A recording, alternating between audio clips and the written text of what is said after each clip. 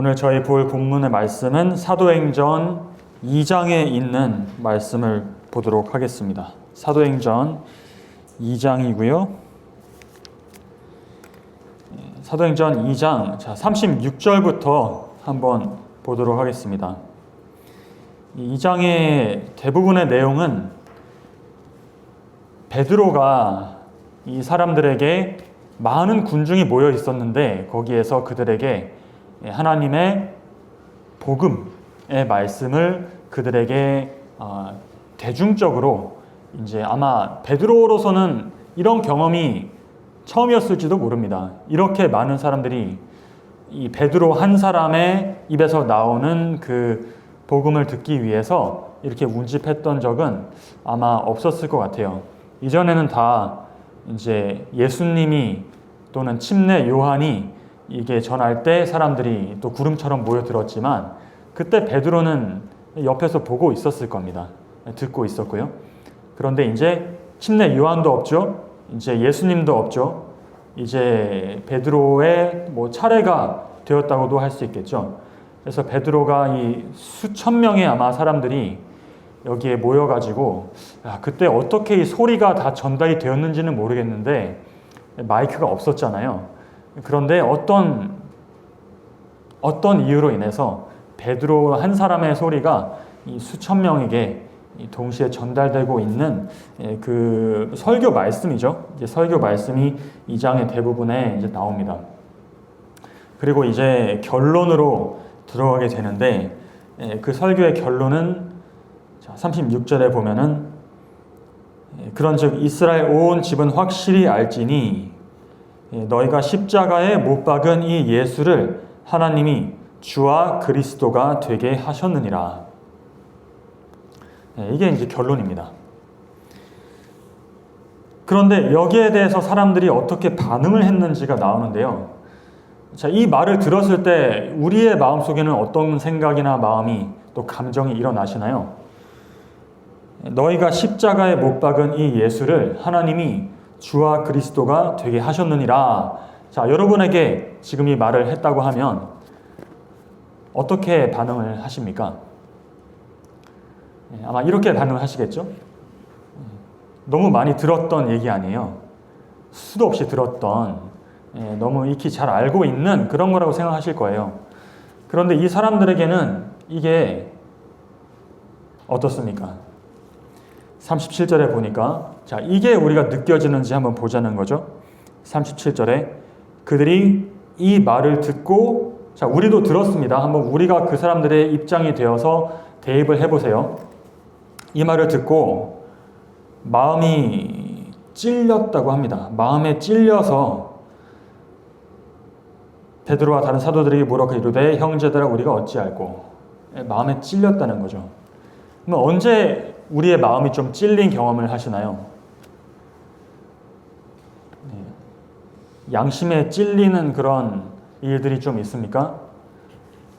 좀 부끄럽고 드러나고 싶지 않고 좀 그런 찔리는 죄책감. 오늘 기도할 때도 잠깐 해주셨지만 집사님께서 마음에 찔리는 것, 그런 찔림. 아니면 여기에서는 어떤 이 마음에 찔리는 것이 어떤 것인지 좀 이게 이해가 우리가 되면 좋겠죠. 이 사람들이 여기서 어떻게 찔렸는지. 그냥 잘못하다가 발각돼가지고 이렇게 마음에 좀 찔리네. 양심에 좀 찔린다. 이런 것일까요? 여기에 찔렸다는 것이. 여기에 마음에 찔린다는 것은 성경에서는 무엇에 비유를 하냐 하면 칼로 도려내는 것과 같은 그런 경험을 얘기를 하는 것입니다. 왜냐하면 하나님의 이 말씀을 들었잖아요. 그런데 그 말씀이 그들의 마음속에 무엇과 같이 느껴지느냐? 날선 칼처럼 느껴지는 것입니다. 그래서 하나님의 말씀을 비유하기를 히브리서 4장 12절에 보면 16절 히브리서 4장 12절 맞네. 12절에 보시면 좌우의 날선 검처럼 검보다도 예리하여 홍과 영과 및 관절과 골수를 찔러서 쪼개기까지 하는 그렇게 날카롭고 그런 칼에 딱 베이거나 스치거나 찔리면 어떻게 될까요? 어떤 느낌이 들까요? 우리가 느낄 수 있는 가장 고통스러운 아픔을 우리가 표현할 때 주로 무엇에 비유하느냐? 칼에 찔린 것 같다는 비유를 하잖아요. 칼에 베이는 것 같다. 살이 그냥 베이는 것 같다. 이렇게 우리가 비유를 하는 게 이제 정말 그것보다 그 아픔과 그것보다 더 아픈 것들이 많지 않기 때문에 우리가 칼에 찔리는 것 같다. 칼에 베이는 것 같다. 이렇게 얘기를 하는데 지금 여기에 이들이 찔렸다고 얘기하는 게 이게 무딘 그런 약간 느껴지는 그런 감각 정도가 아니라 그 마음에 정말 이 기별이 칼처럼 그들의 마음을 훑고 지나갈 때 여기 아까 영과 혼과 관절과 골수가 어떻게 된다고 했습니까? 찔를 때 쪼개진다고 했어요. 쪼개진다. 그러니까 내 자신이 완전히 둘로 나눠지는 경험인 것입니다. 칼이 머리로부터 발끝까지 쫙 한번 이 날카로운 칼이 지나간다고 생각해 보세요. 그러면서 그게 살도 가르지만 내 몸 전체를 뚫고 지나간다. 이런 비유하자면 그렇다는 것입니다. 그런데 이게 이 몸에 느껴지는 게 아니라 어디에? 그들의 마음에 찔리고 베이고 이 고통을 지금 느낀다는 거죠. 좀 이런 걸 느껴보고 싶으신지 모르겠습니다. 이 말씀을 들었을 때 우리가 숱하게 들었던 얘기지만 익히 아는 얘기지만 너희가 십자가에 못 박은 이 예수를 하나님이 주와 그리스도가 되게 하셨다라고 이 말을 하기까지 이제 그 전에 많은 얘기들을 했던 거죠. 베드로는 그냥 갑자기 이 말만 했다면 아무도 이해 못했을 거예요. 어리둥절하고 좀 잘못했나 이렇게 넘어갔을 수 있는데 그게 아니고 아주 긴 이 성경 말씀을 가지고 그들에게 이 정황이 어떻게 지금 벌어져서 어떻게 된 것인지를 그들에게 상세하게 얘기를 해주면서 그 예언과 구약의 성경의 말씀과 이런 것들을 그들에게 풀어주면서 그 예수님이 어떤 분이었는지 또 그들이 증거를 해주고 그런 예수님을 너희가 너희의 손으로 찔러서 죽였다는 것을 그 마지막 결론이 딱 짚어주었을 때 그것을 선언하였을 때 거기에서 그들이 느꼈던 찔림을 우리가 지금 이게 우리가 어떤 느낌이었을까 잘 모를 수도 있어요. 그런데 그들은 찔렸습니다. 그들은 이 마음에 찔렸고 그 마음이 찔렸을 때 나오는 반응이 분명히 나오는데 자, 찔린 게 첫 번째 이제 그 느낌이고 거기에서 그들이 어떻게 해요? 베드로와 다른 사도들에게 물어서 뭐라고 질문을 하냐면 형제들아 우리가 어찌할꼬라고 이게 질문을 하는데 이거는 어떻습니까? 그냥 이 글자로 이렇게 적혀져 있으니까 뭔가 궁금해서 이렇게 물어보는 것 같은가요? 우리가 어찌할꼬? 팔짱 끼고 그럼 우리가 어떻게 하면 좋겠습니까? 이렇게 얘기하는 걸까요? 아니면 좀 느낌을 더 살려본다면 어떻게 이 질문이 그들의 입에서 나오게 될까요? 마음이 떨면서 떨림으로 좋습니다. 떨림도 좋은 것 같아요. 찔렸기 때문에 여기 베였기 때문에 나오는 질문이 근데 이 질문은 궁금증과 호기심이라고 우리가 질문을 읽으면 호기심 이렇게 딱 생각하시잖아요. 그런데 여기에서 이거는 어찌할꼬 약간 우리나라 말도 이게 참 표현이 좀 독특한데 어찌할꼬 하면은 좀 어떻습니까? 퀴즈 이렇게 하는 질문과 응답 이런 질의응답 시간이 아닙니다. 이게 그들이 찔렸기 때문에 찔린 사람은 고통을 느끼면서 그 입에서 무엇이 나오게 되어 있어요? 반드시 칼에 찔렸다. 입에서 어떤 반응을 내보시겠습니까? 네? 이럴까요? 왜 찔렀어? 이럴까요? 대체 왜 찌른 거야? 아니면 비명을 지를까요, 거기서? 외마디 비명을 지르지 않을까요? 탄식을 하지 않을까요, 여기서? 이게 그냥 지적인 호기심에서 질문하는 게 아닌 겁니다. 그들의 마음에서 찔렸기 때문에 가장 깊은 곳, 아무도 이때까지 그들을 이렇게 건드린 사람이 없었던 거죠. 처음 느껴보는 고통과 경험인 것입니다. 이거를 경험하고 나니까 너무 놀랍기도 하고, 근데 지금 찔린 게 우리가 다른 사람이 찔린 거 보는 거랑 내가 직접 찔린 당사자가 되는 것입니다. 그랬을 때 그들의 입에서 외마디 비명 같은 이 탄식 소리가 여기 흘러나오는 게 이제 성경에서 우리가 글자로 읽을 수밖에 없는 게 참 그렇습니다만 그 장소에 우리가 있었다고 한다면 전혀 다른 느낌으로 우리가 다가올 것입니다. 이게 좀 그렇게 차라리 했으면 좀 좋을 것 같아요. 우리가 그 자리에 있었더라면 뭔가 정말 다른 게 거기서 느껴지고 그럴 텐데 이 사람들의 입에서 우리가 어찌할 거가 정말 그 탄식과 울부짖음이 그들에게 속에서 나온다고 생각을 우리가 해봐야 되는 것 아닐까 합니다. 울부짖음입니다. 이 고통으로부터 나오는. 그래서 왜 이게 나오지 않느냐? 아무도 이때까지 우리의 마음을 이렇게 찌르지 않았다면, 사실 십자가를 그 사람들이 깨닫게 되면 자신의 자아와 나의 존재와 나의 죄된 자아예요. 이게 어떻게 될 수밖에 없습니까?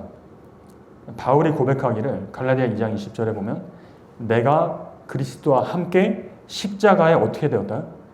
못 박혔다라고 하는 겁니다. 다른 사람이 못 박히고 예수님만 못 박히면 나도 같이 거기서 못 박히는 그 체험을 여기서 이들이 하고 있는 것이에요. 어쩌면 난생 처음으로. 그러니까 죽는 경험을 하는 것입니다. 여기서 이게 찔렸을 때. 그렇잖아요. 칼에 찔리면 죽어야 되잖아요. 칼에 100번을 찔렸는데 살아 있을 수 없죠. 가장 깊은 치명상을 입었는데 내가 이 급소에 지금 찔려서 우리 삶의 가장 급소가 무슨 뭐 명치나 뭐 치명적인 그런 곳보다도 사람은 이 영적인 존재잖아요. 우리의 급소가 어디에 있냐? 우리의 마음속에 있다는 거죠. 우리의 영혼 속에 있는데 그 급소를 누구만 찌를 수 있어요? 하나님만 찌를 수 있습니다. 예수님만 찌를 수 있어요. 근데 무엇으로 찌르냐? 말씀으로 찌른다는 것이죠. 그 말씀을 지금 이 베드로의 입을 통해서 전해지고 있지만 사실은 거기에서 이제는 성령의 능력인 것입니다. 성령을 보내셔서 성령께서 성령의 검을 가지라고 했잖아요. 성령의 검이 말씀인데 그 말씀으로 그들의 심령을 찌를 때 그들은 찔린 사람은 확실히 알아요. 내가 지금 당했다는 것을. 안 찔린 사람은 무슨 말 하는지 모를 겁니다. 찔린 사람은 알죠. 당사자는 압니다. 그래서 이 반응이 막 만들어내는 게 아니에요. 내가 좀 회개 좀 해야겠다. 내 죄 좀 고백해야지. 그런 게 아니고 이 탄식 소리가 그들에게 울부짖는 소리가 지금 누구의 도움을 좀 구하고 싶은데 도움을 줄 수 있는 사람이 원래는 누구여야 되냐 하면 이 하나님이 맡기신 사람이 원래 누구예요? 이런 일들을 맡기신 사람이 제사장들과 뭐 바리새인들과 이런 교사들이었는데 1차적으로 그들이 도와줄 수가 없는 일인 것입니다. 이게 원래 그들이 권위를 가지고 있잖아요. 이 세상 사람의 눈으로 볼 때 당연히 이런 영혼의 문제는 제사장에게 가야 되는 것이고 율법사들에게 가야 되는 거죠. 그런데 그들이 도움을 찾고자 진짜 도움을 얻고자 할 때 누구를 여기에 부르냐 하면 누구를 불러요? 형제들아를 누구에게 부르냐 하면 베드로와 이 다른 사도들에게 이것을 물어. 이게 그냥 질문하는 게 아니고 그들에게 이거는 제발 살려달라고 하는 그들의 부르짖음이라고 이해를 하시면 될 겁니다. 제발 나를 좀 여기에서 구해달라, 나를 건져달라고 하는 그 울부짖음이 이 찔린 사람들, 지금 죽어가는 이 죄인들에게서 나오고 있는 거예요. 터져 나오고 있는 거예요. 우리가 이거를 반드시 경험을 해야 되는 경험인 것입니다. 이게 예수님의 진리의 말씀에 찔려서 살려달라고 하는 제발 누군가 나를 이 죄악과 이 절망 가운데서 나를 살려달라고 하는 이 부르짖음과 이게 기도가 나오는 거죠. 우리가 매일매일 기도를 하지만 이게 사실은 기도의 모든 기도의 시작은 어디에서 여기에서 이제 기도가 진짜로 시작되는 겁니다. 성소에 들어가면 제일 먼저 나오는 기구의 번제단이잖아요. 번제단. 그 십자가로부터 그들이 이 깨달음과 이 재물을 보면서 그 재물을 사실을 볼 때마다 원래 베드로가 이 말씀을 하지 않더라도 원래는 하나님이 계획하신 거는 그 재물이 죽어간 것을 볼 때마다 그들에게 이 찔림이 새롭게 다가와야 됐던 것인데 이때까지 그렇게 하지 못했던 것입니다. 살려달라고 하는, 근데 내가 죽는다는 것을 깨닫게 되면 당연히 입에서 무슨 말이 나오겠어요? 다른 말이 나오겠습니까? 엄마야 하잖아요. 우리가 살려주세요 하잖아요. 살려주세요 하는 이 죄인들의 깨달음과 그들의 그 비명 소리인 것입니다. 이렇게 할 때 이제 어느 경험으로 들어갈 수 있느냐? 38절에 이제 베드로의 대답입니다. 베드로가 이르되 너희가 회개하여, 이 회개는 이럴 때 이제 시작이 되는 거예요. 회개하여 각각 예수 그리스도의 이름으로 침례를 받고 죄 사함을 받으라. 그리하면 성령의 선물을 받으리니. 이게 기도에 대한 누구의 응답입니까? 베드로의 응답입니까? 누가 지금 응답하신 거예요? 성령께서, 하나님께서 그들의 비명소리에 응답을 내려주시는 게 바로 여기인 것입니다. 옛날에 이스라엘 백성들이 그 애굽에서 노예 종살이 할 때 하나님이 그들을 언제 구출해 주셨죠?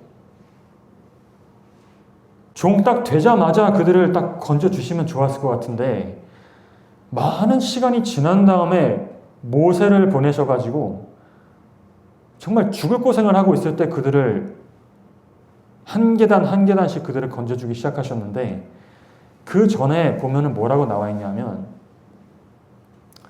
그들의 그 부르짖음이, 살려달라고 하는 그 외마디 부르짖음이 하나님께 상달되었더라라는 말씀이 있습니다. 하나님께 상달되었더라. 그들의 기도가 이제 응답되려는 찰나에 하나님께 와 닿았다는 그런 말이죠. 근데 그 부르짖음이 처음에 부르짖을 때는 뭔가, 왜 처음부터 부르짖을 때 그때 바로 구해주셨으면 좋았을 텐데 뭔가 계속 부르짖다가 뭔가 임계점을 넘었을 때 그들을 구해주시잖아요. 그들이 처음에 부르짖었던 거는 어떻게 보면 하나님께 상달되지 않았다고도 좀 볼 수 있을까요? 그 기도가 아직 무엇과 섞여 있느냐 하면 그들의 육신과 정력과 섞여 있는 기도가 될 수도 있어요. 회개의 기도가 아니라 그냥 고통스러우니까 이 고통스러운 경험에서 그냥 좀 벗어나고 싶어서, 이게 영적으로 고통스러운 게 아니고 그들의 죄를 깨달아서 고통스러운 게 아니고 무엇이 힘드냐, 그들의 육체 노동을 하니까 힘들고 채찍에 맞으니까 힘들기 때문에 부르짖는 거잖아요. 그건 아직 하나님께, 물론 하나님이 다 듣고 너무 잘 알고 계시지만 상달되었다는 것은 이제 응답될 때가 되었다라는 말이죠. 그런데 아직은 어떤 거예요? 아직은 응답될 수가 부족한 그런 기도였던 것입니다. 그전에는 완전히 상달되기까지는. 왜냐하면 그들의 영혼에서 나오는 부르짖음이라기보다는 그냥 이 세상에서 좀 더 편하게 살고 싶은 그런, 물론 그것도 중요하겠지만 그것만 해가지고 하나님이 딱 응답해 주시면 하나님의 원래 목적, 하나님의 백성을 구원하는, 죄에서 구원하는 목적은 이룰 수가 없을 수도 있습니다. 그래서 그들에게 진짜 기도가 나오기까지 하나님께서 기다리셨던 것일 수 있어요. 마침내 하나님이 기다렸던 그 기도가 나왔습니까? 그들에게?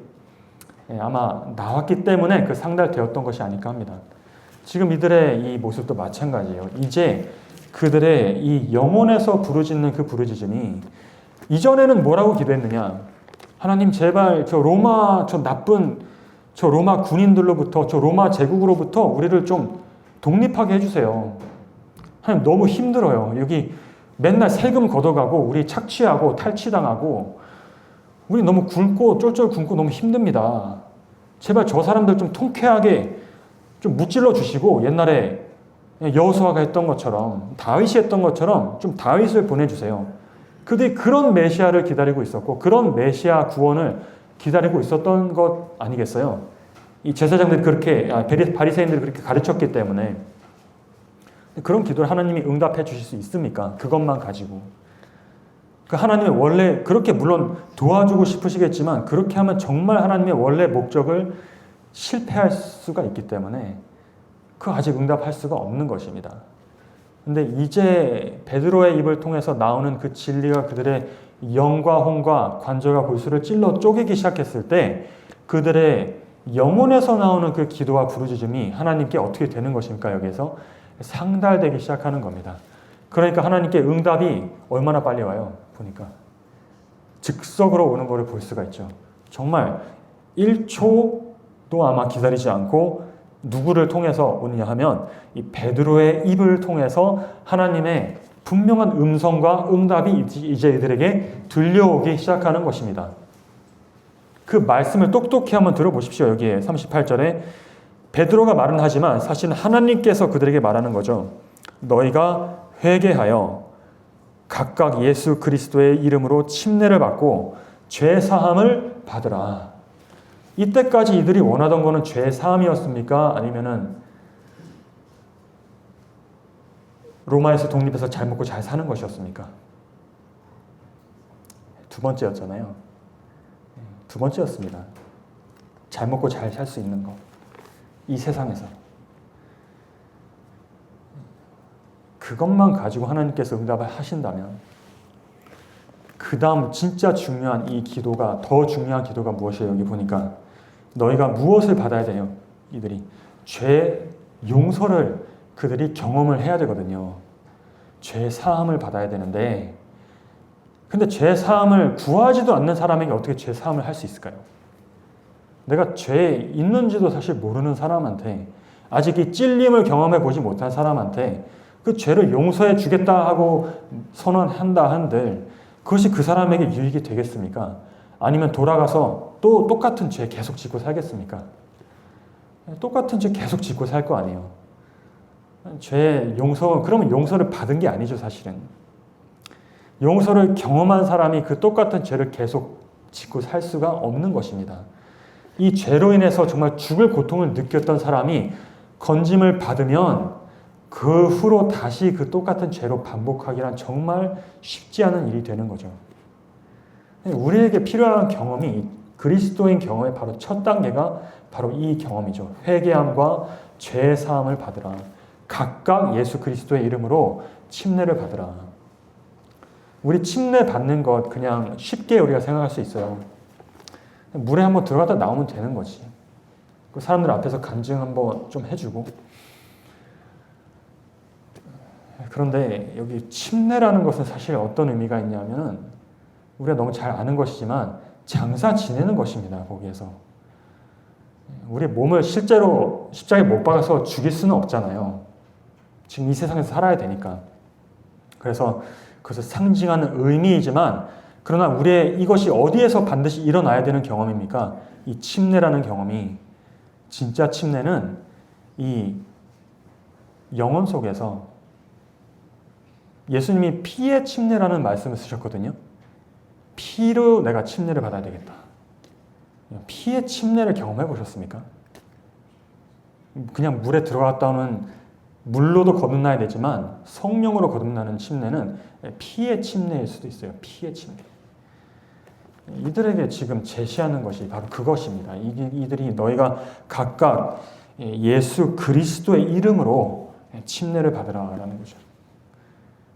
그렇게 했을 때 너희가 물과 성령으로 피로 침례를 받게 되면 비로소 그토록 그들에게 필요했던 이 죄 사함을 너희가 이제 받게 되는 것입니다. 그리하면 그 다음에 하나님이 무엇을 주십니까? 성령의 선물을 받겠다. 지금 자, 41절 볼게요. 41절. 그 말을 받은 사람들은 침례를 받음에 이 날에 신도의 수가 3천이나 더하더라. 우리 초대교회 3,000명이 들어온다고 할 때 어디에다가 초점을 좀 맞추기 쉽냐 하면 침례 부분보다는 어디가 눈에 확 들어옵니까? 사도행전 2장 41절입니다. 제일 눈에 확 들어오는 목사님들은 특히 더 그런 것 같고요. 성도님들도 좀 어떻습니까? 어떤 말이 제일 눈에 딱 점프해서 들어오는 것 같아요? 우리 교회에 있는 입장에서. 숫자 3천이 딱 들어오지 않아요? 저는 3천이 와 3천 너무 대단하다. 이 3천 난 정말 보고 싶은데 이런 일을 우리 여기 진해리 교회나 우리 재림교회 이렇게 오늘 하루에 일어난다면 얼마나 좋을까? 이런 생각하지 않습니까? 이 절 딱 보면 그게 제일 이게 좋은데 근데 문제는 이게 제일 먼저 들어온다는 게 문제가 될 수 있다는 거예요. 그래서 우리는 이제 그 당시 초대교회는 3,000명이 하루에 회개했던 교회다. 우리도 이것을 가지고 한번 기도를 해보고 하나님께 끈질기게 기도한다고 우리가 새벽 기도하고 철야 기도하면 하나님께서 3,000명을 하루아침에 전도해야만 막 보내주실지도 모르잖아요. 그런데 3,000명이라는 숫자도 뭐 중요할 수 있지만 더 중요한 거는 3,000명에 대해서 무엇이 진짜 중요합니까? 어떤 3,000명이 들어왔냐 하는 거예요, 교회에. 어떤 사람이 3,000명이 들어왔죠, 지금? 한 명 한 명이? 이 교회가 지금 쉽게 아무나 들어올 수 있는 교회는 아니잖아요. 얼마 전에 이 교회의 교주라고 하는 예수님을 어떻게 했습니까? 십자가에 처참하게 못 박고 처형시키고 그 다음에 그 제자들도 이제 기회만 되면 다 하나씩 잡아서 투옥하든가 죽이든가 하려고 이를 갈고 있는 사람들 있잖아요, 지금. 근데 벌금 대낮에 이 교회에 3,000명이 다 들어가겠다고요. 어떤 사람들이 들어온 겁니까, 여기? 말씀을 받은 사람들이죠. 어떤 말씀을 받았어요, 아까? 그들의 영과 혼과 관절과 골수를 찔러서 쪼갠 그 말씀을 그들이 받아들인 사람들이 들어온 것입니다. 그냥 들어온 게 아니에요. 그 경험을 하고 죽는 경험을 하고 들어온 사람들입니다. 무엇에 대해서 죽었어요? 나 자신 자아에 대해서 죽고 이 세상에 대해서 완전히 죽는 경험을 한 사람들이에요. 이게 시간은 지금 얼마 안 지났어요. 한 몇 분 지났습니다. 그런데 그 사이에 엄청난 일들이 벌어졌던 거예요. 그들의 삶 속에서는. 그들의 영원한 운명을 바꾸고 그들의 영혼이 완전히 새로 거듭나는 경험을 한 사람들이 죽어야지 거듭나기 때문에 근데 죽은 사람에게 성령을 주신다 하는 거는 어떤 무슨 일을 하는 겁니까? 성령께서 그 죽은 사람에게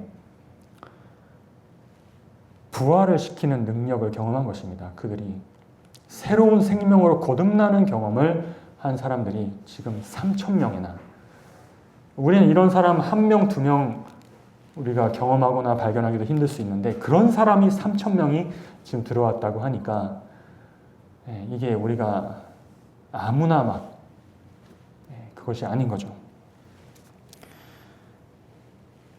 그 사람들은 말씀을 받고 침례를 받았다는 의미가 이제 이해가 되시죠? 침례를 받았다는 건 어떻게 됐다? 장사 지냄 받은 사람들이다. 이 세상과 나의 어떤 의지나 우리가 다 우리 의지로 똘똘 뭉쳐 있잖아요. 나의 의지를 주장하고 하나님께 나의 의지를 주장하고 사람에 대해서 나의 의지를 주장합니다. 우리는. 그것이 어떤 여러 다양한 형태로 나타날 수 있어요. 불순종으로 나타나게 됩니다. 그게. 여러 모습 우리가 잘 알 거예요. 나의 의지를 주장하는 것이 어떤 결과를 낳는지. 근데 모를 수도 있어요. 내가 그렇게 하고 있다는 걸 모를 수도 있는데 뭘로만 깨달을 수 있냐면 이 진리의 말씀이 와서 찌를 때 그때 깨닫게 되는 것입니다. 그 의지가 이때까지 벌벌 살아있던 그 모든 의지가 지금 하나님과 사람 앞에 완전히 내려놓아진 그런 사람들이 그 경험을 하지 않은 사람은 한 명도 이 초대교회에 들어올 수가 없어요. 길을 막고 있기 때문에 우리는 안 받아요 이러기 때문이 아니라 그냥 상황이 그렇다는 것입니다. 이 예수님을 못 박은 그 상황 속에서 이 교회에 들어오기가 그만큼 힘들어요. 정말 나의 모든 의지를 다 내려놓아지지 않으면, 하나님과 함께 못 박히지 않으면 이 교회는 들어올 수가 없는 교회였던 것입니다. 오늘날은 많이 다르잖아요. 그래서 그런 상황에서 우리가 아무리 많은 것들을 해보았자, 심지어 말씀 연구를 한다 할지라도 그게 다 자아가 섞여서, 나의 의지가 섞여서 되기 시작하면 거기에 어떤 하나님이 성령을 부어주셔야 여기에 진짜 부흥이 일어나는, 부흥은 새로운 거듭남이잖아요. 근데 그런 상황 속에서 새롭게 되겠습니까? 그게 나의 옛날 자아가 살아있을 때, 내 자아가 하나님을 맡고 있는데 다른 누가 맡고 있는 게 아니라 천사들이 맡고 있는, 그러니까 내가 하나님의 길을 맡고 있는데 어떻게 하나님께서 여기에 들어오셔서 또 이 교회에 오셔서 여기에 새로운 생명력을 불어넣으실 수 있을까요? 초대교회, 그런데 이후에도 계속해서 사람들이 들어왔잖아요. 2장 47절에 보면은 구원받는 사람을 날마다 더하게 하셨다고 합니다. 날마다 더하게 하셨다. 온 백성의 칭송을 받게 하셨어요. 그런데 그게 그냥 그들이 착한 일을 많이 했기 때문에 그래서 칭송을 받는 것이라고 한다면 큰 오해일 수 있습니다. 그냥 그들이 뭔가 늘 노래 부르고 뭐 즐거워 보여서 물론 그것이 있지만, 그들이 기뻐하고 찬미하고 기쁨과 순전한 마음이 있다고 하지만요, 그냥 사람이 만들어낸 그런 순전함이나 우리가 프로그램 짜서 한 그런 것들이 아니라, 이거 누가 만들어내는 기쁨과 찬송과 선한 행실과 그 모든 것들이 누가 지금 만들어내고 있는 것입니까? 성령이 만들어내고 있는 것입니다. 여기에서 사람이 억지로 이렇게 하는, 또는 나의 타고난 성격이 좋기 때문에 그렇게 하는 것이 아니라 성령이 이 교회 속에 살아 움직이시기 때문에 하나님께서 만드시는 이 모습을 볼 때 사람들이 그 교회를 볼 때 어떻게 해요? 저기에 뭔가 세상과 진짜 다른 것이 이 교회에 뭔가 그들이 느껴지겠습니까? 그런 거 볼 때 그들이 이제 화합하는 것이, 이게 왜 그들이 한 마음으로 화합할 수 있겠습니까? 자, 물건을 다 통용하고 그 다음에 날마다 46절에 날마다 마음을 같이 하고 성전에 모이기를 힘쓰고 이렇게 하는데요. 이 모이기를 힘쓸 수 있는 그 비결도 어디에 있겠습니까? 어떻게 그들이 이 같이 모이고 마음을 하나로 한다는 거는 여기 이제 더 이상 분쟁이나 싸움이나 뭐 이런 것들이 없다는 거잖아요. 그죠? 보기 싫은 사람은 어떻게 매일 모여요? 그죠? 어떻게 가능하죠, 이게? 이전에 무슨 일이 일어났기 때문에. 분쟁은 왜 일어나죠, 보통? 우리 사람 사이에 나의 의지와 저 사람의 의지가 충돌할 때 싸움이 일어나지 않나요? 나의 의견과 저 사람의 의견이 충돌할 때, 그때 전쟁이 일어나고 싸움이 일어나잖아요. 그런데 그 의지가 다 어떻게 되었습니까? 이제 들어오기 전에 베드로의 말씀을 들으면서 그들의 모든 의지가 다 어떻게 됐어요?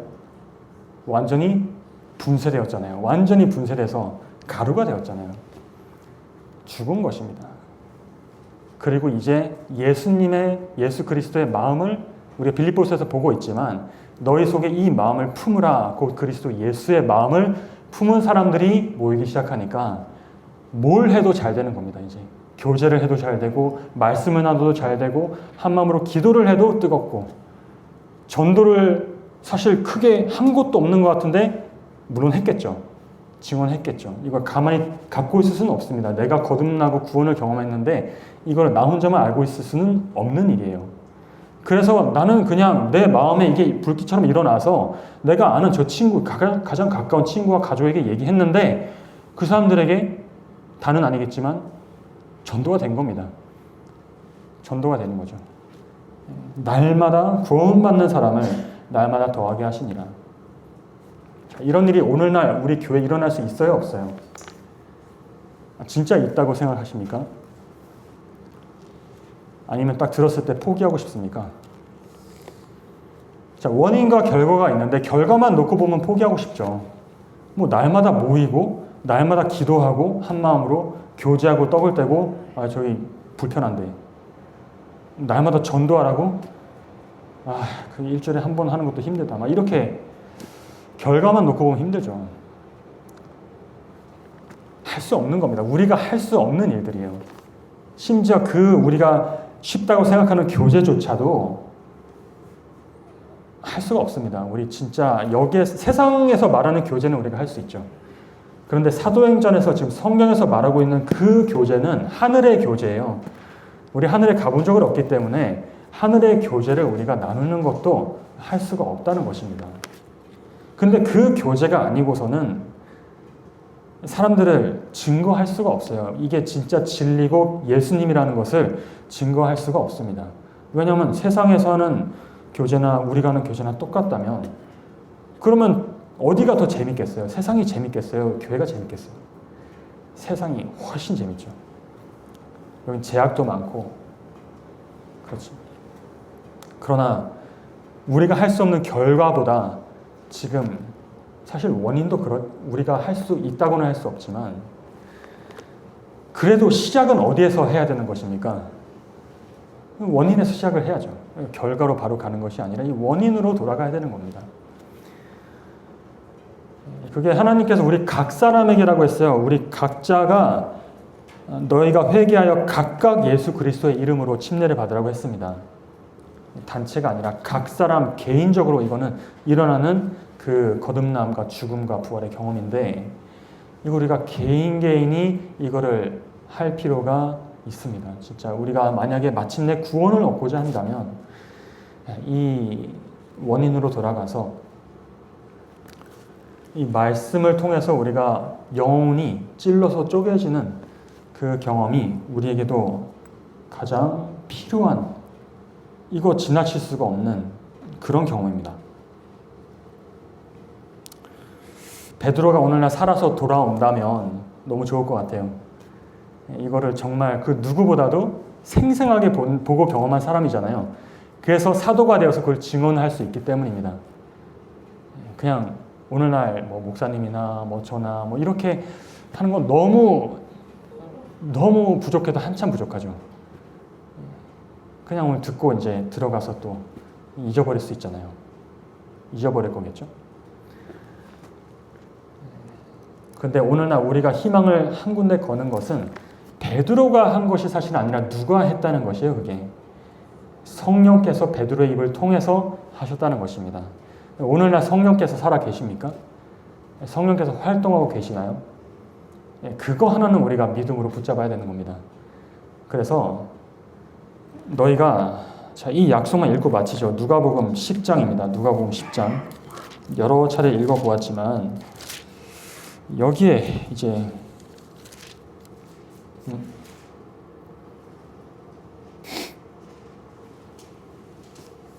누가복음 11장입니다. 죄송합니다. 누가복음 11장